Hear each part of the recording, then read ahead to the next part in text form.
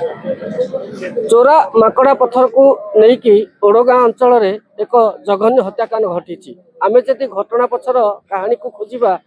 तेरे ओडगाँ थाना अंचल कुमुड़ अंचल बारंबार भाव में बेआईन भाव में माकड़ा पत्थर चालाण हो ओडगाँ अंचल बुद्धिजीवी मैंने हूँ युवक मैंने हूँ विरोध कर समान ढंग गत काली राति जिते बड़े माकड़ा पत्थर चोरा चालाण होता से समय ओडगाँर अजित कुमार साहू एवं अन्य दुई साथी विरोध करते किंतु विरोध पर संगे संगे ओडगाँ पुलिस को खबर देते 112 खबर देते किंतु पुलिस आसबार जेहेतु विलंब होता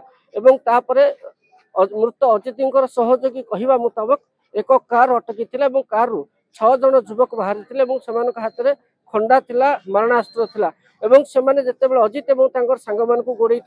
अजित दुई सांग दौड़ी पड़े अजित को घटनास्थल में मारधर करने सहित 4 जन युवक धरी अति निर्मम भाव में प्रथम बाम हाथ को काटी परवर्ती समय डाहाण हाथ पापुली खाती शरीर अनेक जगार क्षत विक्षत कर अति निर्मम एवं नृशंस भाव में घटनास्थल में अजित को हत्या करते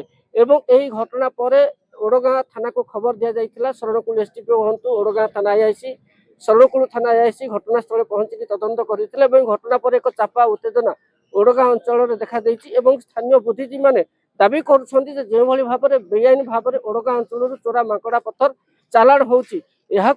बंद करा जाऊ एवं यही हत्या पछरे जो मैंने संपुक्त अच्छा से धरी कठोर कठोर दंडित दि जाए तेज आम सहित किसी ओडगाँ अंचल बुद्धिजीवी अच्छा सहित कथा कौन कह आज्ञा आप अंचल बुद्धिजीवी हिसाब से तो निश्चित भाव में तो मुझे अनुरोध करी देखापी चाहिए जे देखु कि भाव में घटनास्थल में मृत अजित